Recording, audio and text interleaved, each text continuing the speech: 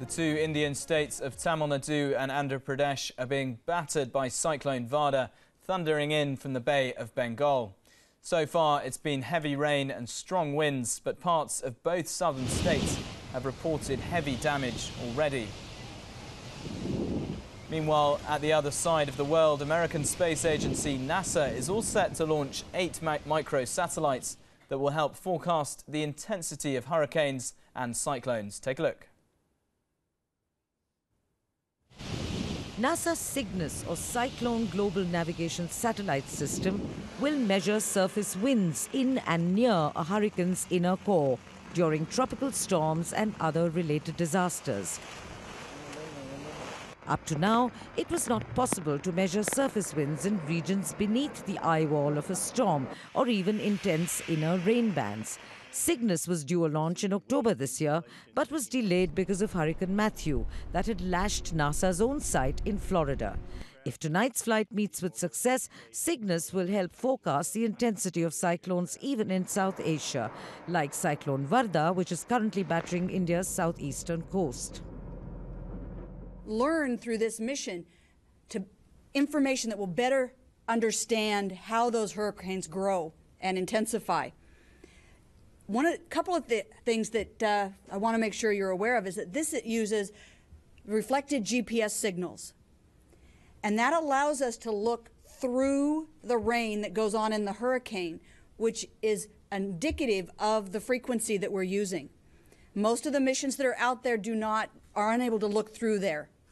So they can only see where it isn't raining. And Cygnus will be able to see where it's raining, what the winds are doing. The satellites will be launched into orbit by an orbital ATK Pegasus XL rocket, which in turn will be carried on board an L-1011 aircraft called Stargazer. Satellite images have played a large role in monitoring various geological and other phenomena, such as El Niño. The effects of that phenomenon, but also the ozone hole in the Antarctic, are calculated after a study of satellite images every day. Weather satellites launched by the United States, Europe, India, China, Russia and Japan provide nearly continuous observations for a global weather watch. Bureau Report, WION.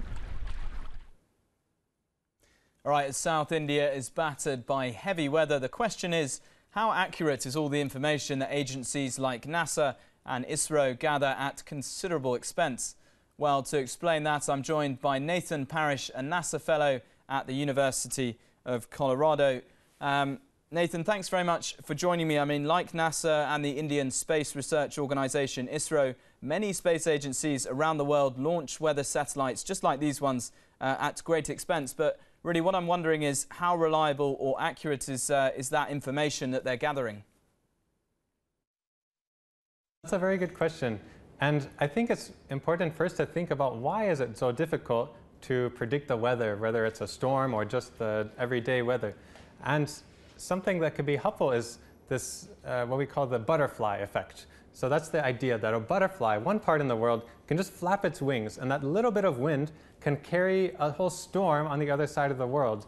And that actually does happen, things like that in our real weather patterns. So it's very hard, unless you have extremely precise data, it's hard to predict out in the future. So what this new constellation of 8 satellites will do is give us a lot more data about what's going on, especially in the heart of a storm. We see the wind speed, and that will tell us how it's going to unfold over time. And those measurements are very dangerous to get otherwise, such as with an airplane flying through the storm.